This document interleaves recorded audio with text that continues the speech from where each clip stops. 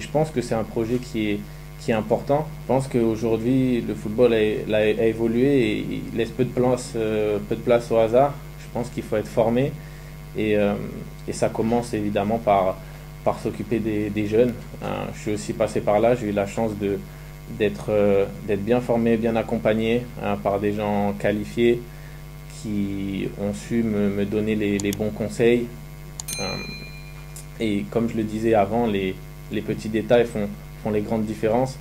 Quand on parle de nutrition, quand on parle de travail, quand on parle aussi d'éducation, l'école, je pense, a joué un grand rôle aussi dans, dans ma carrière parce qu'il m'a permis de savoir m'entourer, de pouvoir aussi prendre les bonnes décisions au bon moment parce que j'avais les capacités pour le faire et surtout être bien accompagné. Je pense que c'est quelque chose qui est important et ce programme va dans ce sens. C'est l'accompagnement des jeunes footballeurs, même je dirais des jeunes sportifs de demain. Et, euh, et je pense que ce programme peut faire la différence. C'est pour ça que j'ai aussi accepté d'en être l'ambassadeur. Effectivement, ce qui nous concerne et ce qui concerne Cibo, c'est pas vraiment les aspects terrain, c'est plutôt les aspects hors terrain. Donc nous, en fait, la formation, elle va plutôt s'axer sur tout ce qui est marketing sportif et communication. C'est-à-dire qu'aujourd'hui, comme on l'a dit tout à l'heure, le football a changé. Et pour un athlète, c'est important de comprendre son environnement et de comprendre ce qui l'entoure.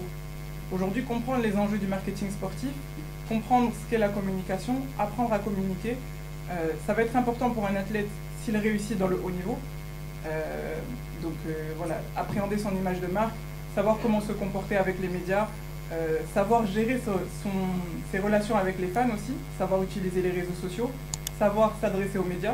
C'est des choses qui vont être très importantes pour un joueur ou une joueuse qui va réussir dans le football de haut niveau ou dans un sport de manière générale. Mais l'objet qui nous intéresse aussi, c'est que finalement dans les académies, dans les clubs, etc., c'est un faible pourcentage de joueurs qui va accéder au haut niveau.